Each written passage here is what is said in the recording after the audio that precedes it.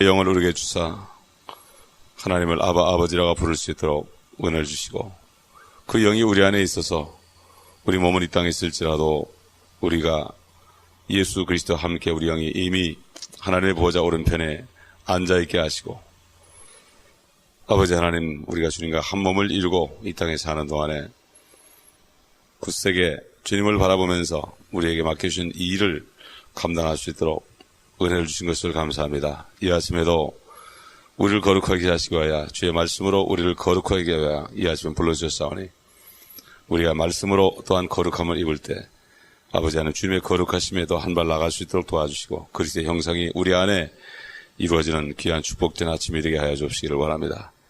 우리 심령의 모든 더러움을 이 아침에 또 고백함으로 죄의 피를 씻김받게 하시고, 아버지 하나님 성령의 소멸하는 물로 우리 죄악들이 타버리고, 아버지 하나님 말씀에 의한 물로 정결하게 씻김받아 주름진 것들, 점과 티들이 다 지워지고 펴지는 축복된 시간 되게 하옵소서. 성령님께서 온전히 우리를 가르쳐 주시고 지와 명철로 우리를 인도하옵소서. 주 예수 그리스도의 이름으로 감사하며 기도합니다. 아멘. 출애굽기 10장 들어가겠습니다. 출애굽기 10장 1절부터 보겠습니다. 주께서 모세에게 말씀하시기를 파라오에게로 들어가라. 내가 그의 마음과 그의 신하들의 마음을 완악하게 함은 내가 그 앞에서 이러한 나의 표적들을 보여주려 함이며, 내가 이집트에서 행한 일들과 내가 그들 가운데서 행한 내 표적들을 너로 네 아들과 네 아들의 아들의 귀에 전하게 하려 하며, 내가 어찌하여 주인가를 너희로 알게 하려는 것이라 하시더라. 모세와 아론이 파라오에게 들어가서 그에게 말하기를, 히브리인의 주 하나님이 이같이 말하노라. 네가 언제까지 내 앞에서 스스로 겸손하시기를 거부하겠느냐? 내 백성을 가게 하여 그들로 나를 섬기게 하라. 그렇지 않고 만일 네가 내 백성을 가게 하는 것을 거부하면 보라 내일 네 지경 내로 메뚜기들을 불러들이리라. 그것들이 지면을 덮어서 사람이 땅을 볼 수 없을 것이며, 모면하여 남은 찌꺼기 즉 우박에서 면하여 너에게 남겨진 것을 그것들이 먹으리니 들에서 너희를 위하여 자라는 모든 나무를 먹을 것이라. 또 그것들은 네 집들과 네 모든 신하의 집들과 모든 이집트인의 집들을 채우리니 이는 네 조상과 네 조상의 조상도 이 땅 위에 있던 날부터 오늘에 이르기까지 보지 못하였던 것이라 하더라. 그리고 그 자신은 돌아서서 파라오에게서 나왔더라. 파라오의 신하들이 그에게 말하기를, 얼마 동안이나 이 사람이 우리의 올무가 되리까? 그 사람들을 가게 하여 그들로 그들의 하나님을 섬기게 하소서. 왕께서는 이집트가 망하는 것을 아직도 알지 못하시나이까 하고. 여기까지 보겠습니다.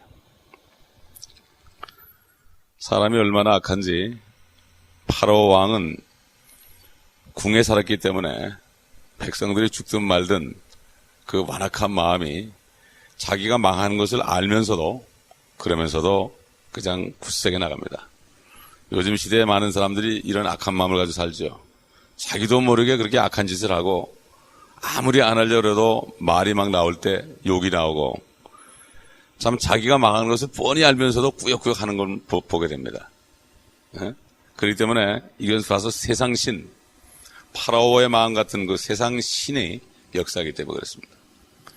그렇기 때문에 우리 마음이 그렇게 될 때는 금방 회개하고 빨리 주님 앞에 엎드려야 됩니다. 사탄이는 바로 이 파라오와 같은 마음을 그리스도인들에게 주어서 정말 감사하지 않고 주님을 영화롭지 않게 합니다. 하나님은 알되 감사치 않는 것, 무정한 것, 이것이 바로 요즘 세대들의 문제입니다. 지금 하나님께서는 계속 얘기하는 것이 이전에 볼 수 없었던 것을 보여줄 것이다. 이 메뚜기라는 거, 여기 지금 보통 우리가 한국에서 있던 메뚜기, 잡아먹던 메뚜기를 생각하면 안 됩니다. 이 이집트의 메뚜기는 그 메뚜기보다 훨씬 큽니다. 그리고 그 메뚜기 떼가 한번 땅에 내리면 6인치 내지 7인치니까 한 20cm 정도 쌓입니다. 그렇게 되면 땅이 하나도 안 보여요. 그리고 그 떼가 얼마나 큰지 100에이커 되는 곳을 30분이면 다 먹어치웁니다. 그리고 완전히 그 떼가 날려들면은 태양이 가려가지고 땅이 깜깜하게 됩니다. 옛날 대지라는 영화 이런 거 보셨죠? 그거 참 누가 상상해서 만들었지만 사실 그런 일이 있었습니다. 예? 그렇기 때문에 참 그런 일은 옛날에 없었기 때문에 이 파라오는 계속 마음을 강팍하게 하는 것이다. 이런 얘기죠. 이 메뚜기 떼가 얼마나 두꺼우고 강한지 불이 활활 타는데 그들이 내리면 불이 꺼질 정도래요. 그러니까 이게 그 재앙이라는 것은 이로 말할 수 없는 겁니다. 예? 참 그러니까 참 파라오의 백성들은 이제는 정말 왜 보내주지? 예? 그 사람들을 보내주면 될 건데 왜 이렇게 이 사람들 때문에 옮아야 되겠느냐? 당신은 이집트가 망하는 것을 아직도 알지 못하시나이까? 왜 모르겠습니까? 옛날 적그리스도의 영이 들어간 그 히틀러도 자기가 망하는 줄 뻔히 알면서 끝까지 전쟁을 하다 결국 자살했다고 그러지만 최근에 알려진 바에 하면은 남미에 숨어 살다가 최근에 죽었단 말이죠. 이 마귀의 영이 들어오게 되면은 그렇게 꾸역꾸역 하다가 망합니다. 내가 망하는 줄 뻔히 알면서 그렇게 하는 거예요. 그래서 주님께서 그랬죠. 도둑이 오는 것은 도둑질하고 죽이고 멸망시키지만 인자가 온 것은 양으로 하여금 생명을 얻고 더 풍성히 얻게 하랍니다. 그럼 무엇을 도둑질합니까? 하나님의 말씀을 못 듣게 합니다. 하나님의 말씀을 선포해도 다 나가버립니다. 그렇기 때문에 하나님의 말씀을 먹지 않으면 다 나가버리는 거예요. 에? 하나님의 말씀이 떠날 때 아멘 해서 받아먹지 않으면 다 나가버리고 없어지는 거예요. 에? 그거 이상한 거예요. 그렇기 때문에 이처럼 참 많은 적그리스도의 영을 가진 사람들, 가인으로부터 시작해서 그 다음에 니므로서부터 시작해서 여기 파라오, 느부갓네살, 그리고 또 알렉산더라든가 시저라든가 이런 사람들, 시저도 보세요. 그거 망하는 줄 뻔히 알면서 그 네로 같은 황제는 그 그리스도인들에게 자기가 불을 질러놓고서 다 그리스도인들에게 전가시켜서 그리스도인들을 죽이겠죠. 뻔히 알면서 그랬어요. 그리고 로마가 망할 걸 알면서 그랬어요. 자기가 불을 태우는 거예요, 자기가. 자기가 불을 태운다고요. 이렇게 사탄이 들어가게 되면은 사람들이 결국 이런 희한한 짓을 한다 이거죠. 사람이 사람 짓을 하는 게 아니죠. 그래서 참 이러한 일이 일어난 것은 이집트라는 것은 이 악한 세상을 상징하고 구약에 나타난 말씀은 골로새 2장에 있는 것처럼 구약에 나타난 것들은 다 그림자다. 그리고 사도 바울도 이전에 기록된 것은 다 우리를 위한 교훈을 위해서 기록된 것이다. 지금 이 세상신 마귀가 똑같은 짓을 하고 있죠. 사람들을 가둬놓고서 그래요. 그러다 이제 휴거되고 나면은 적그리스도가 나타나서 완전히 이제는 진짜 파라오가 나타나서 그때부터 이스라엘을 핍박합니다. 그래서 환란 때를 다니엘서 예레미야서에 보게 되면은 다니엘서는 큰 환란 이렇게 얘기했고 주님도 대환란 그랬고 또 예레미야는 야곱의 고난의 때다. 이스라엘 민족이 마지막으로 7년 동안 고난받는 때예요. 물론 후 3년 만에 극심한 고난을 받죠. 그래서 71회로 정해서 69일회가 예수 그리스도가 십자가의 죽으심으로 끝이 났고 왕이 죽음으로 이스라엘에 대한 이 모든 시간이 정지가 돼서 환란 때에 적그리스도가 나타나게 되면 그때부터 7년이 추가돼서 한 일회가 돼 71회가 끝나면 이 세상의 모든 일들이 끝이 나죠. 예수 그리스도가 재림함으로. 그렇기 때문에 지금 이집트에서 일어난 이 10가지 재앙은 앞으로 환란 때 적그리스도 앞에서 하나님이 일으킬 그러한 재앙이고 이 적그리스도 때문에 수많은 사람이 고통을 받을 것을 말씀하고 있습니다. 요한계시록 9장을 보게 되면 그 일이 나타나죠. 여기보다 더 큰 메뚜기가 나타납니다. 그 메뚜기는 지옥에서 올라오는 메뚜기예요.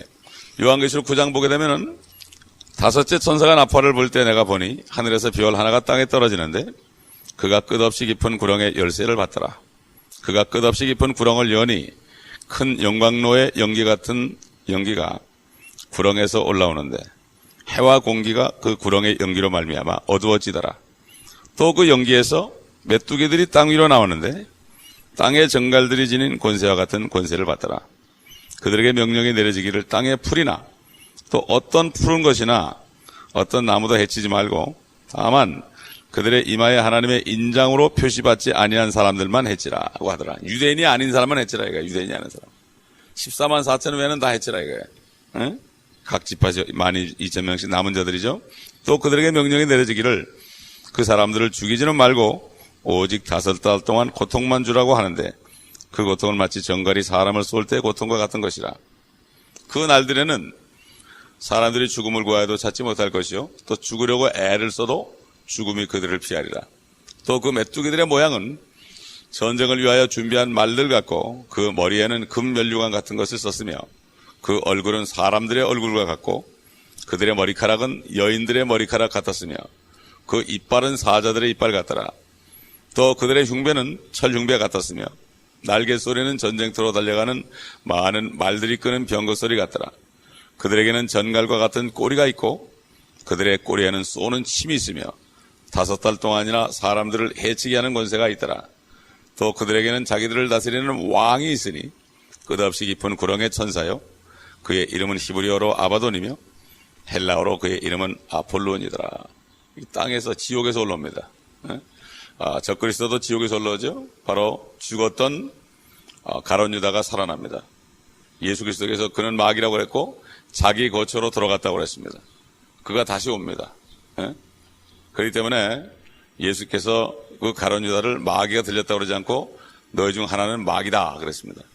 자기 거처로 갔다는 게 뭐예요? 지옥으로 갔다 다시 올라온단 말이죠. 환란 때. 그럴 때 대부대를 이끌고 올라온다.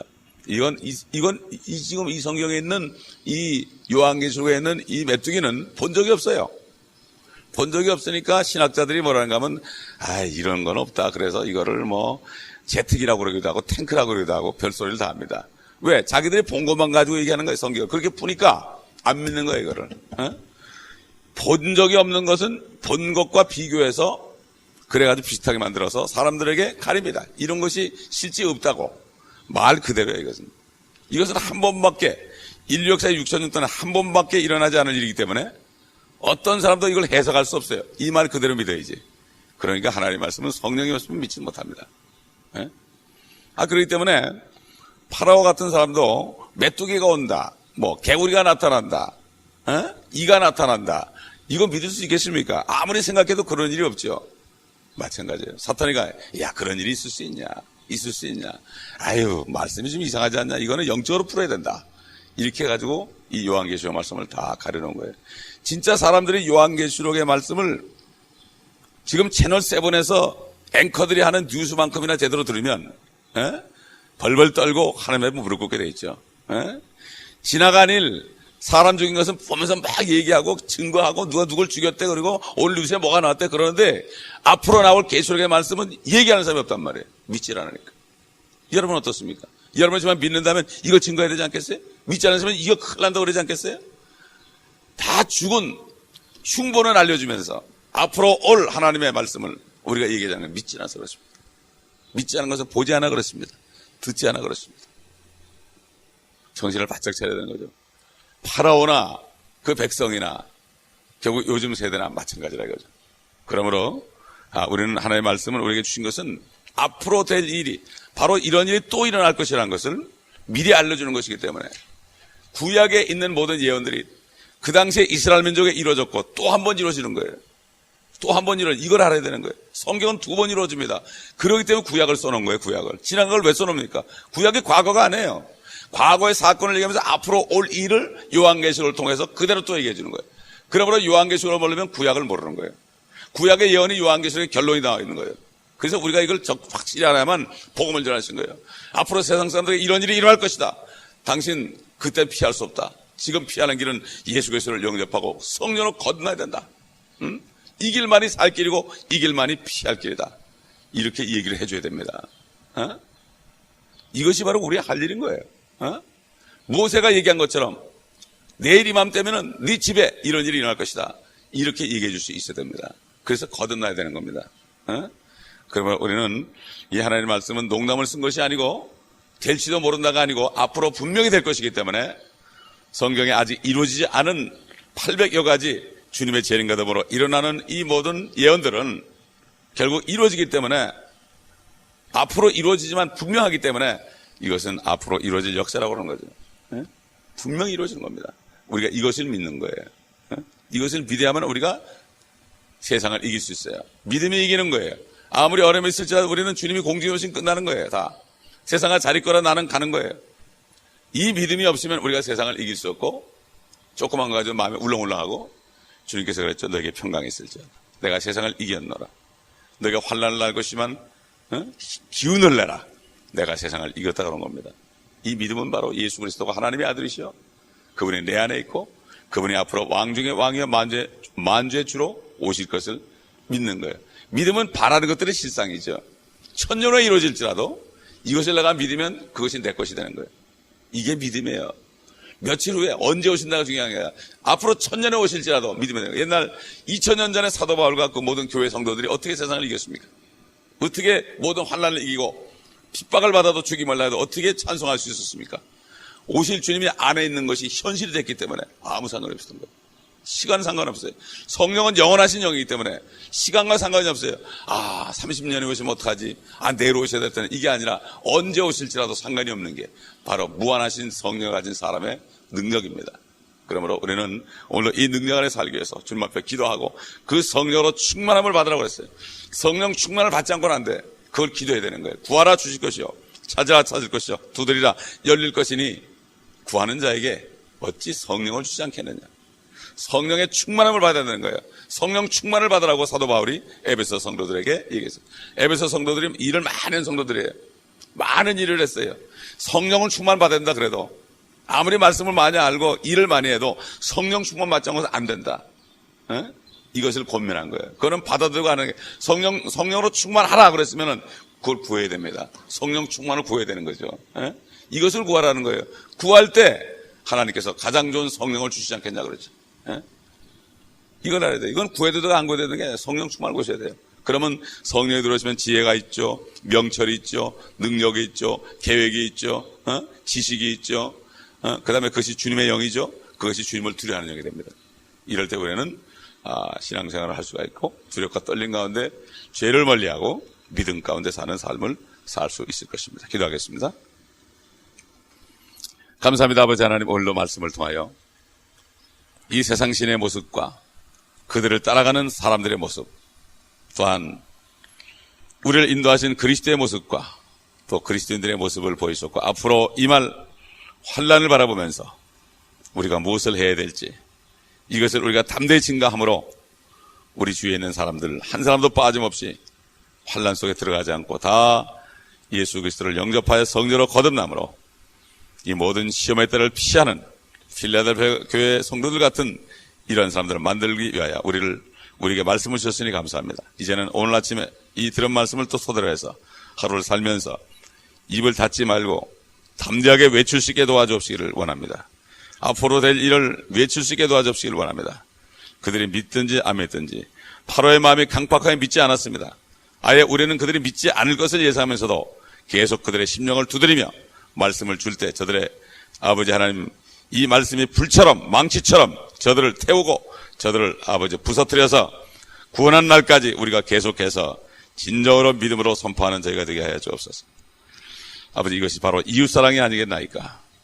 내 몸처럼 이웃을 사랑하신 주님, 나를 구원하신 예수 그리스도의 사랑을 받았으니 이제는 이 사랑을 증거하는 하루가 되게 하여 주옵소서. 오늘도 무릎을 꿇을 때 주의 성령께서 우리에게 말씀하시고 우리를 성령으로 충만케 하여 주옵소서. 온 누리병원께 속한 어떤 한 사람도 거듭나지 않고 있다가 화를 당하지 않도록 도와주시고 어린아이 이르게까지 다 거듭나서 우리 다 함께 주님 만나는 축복을 받게 하여 주옵소서. 우리 구주 예수 그리스도의 이름으로